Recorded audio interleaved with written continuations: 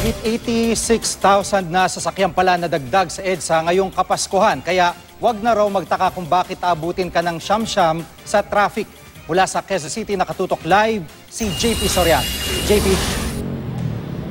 Jiggy, sa mga oras ito ay maayos naman ang daloy ng trapiko sa ating kilalagyan sa tapat ng isang malaking mall sa may northbound ng North EDSA, pero sa kabilang lane sa may southbound hanggang sa makarating sa Cubao ay may bahagyang pagbigat at buong maghapon nga ay bahagyang bumibigat ang daloy ng trapiko sa EDSA, partikular sa mga lugar na may mga mall. Ganito kabigat ang trapiko sa northbound ng North EDSA kaninang tanghali na magbukas ang dalawang malalaking mall dito. Marami ang namimili lalo't magpapasko na.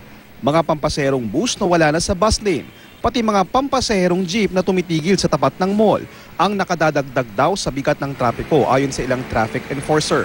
Mabigat ang trapiko hanggang sa EDSA Muñoz kung saan may mga mall din. Huwag nang magtaka dahil sa pag-aaral ng GMA News Research na daragdagan ng mahigit 86,000 ang mga sasakyan sa EDSA kada araw ngayong Christmas season. 25% itong mas mataas sa average car volume. Karaniwang nagsisikip ang trapiko malapit sa 30 mall na malapit sa EDSA. Bukod pa riyan ang kabi-kabilang Tiangge tulad sa Quezon City Circle. Meron ditong mga damit na mula 100 pesos pataas, mga sapatos na buy one take one sa 150 pesos at marami pang iba. Pwede pang tumawad. Si Chloe, mga t-shirt na may litrato ng Aldab na 80 pesos kada isa ang pinabili sa kanyang lola. Nakakakilig po sila. Nakakakilig sila. May 20 taga-HPG na nakamotorsiklo namang nakabantay sa mga dapat hatakin para di bumagal ang traffic sa EDSA.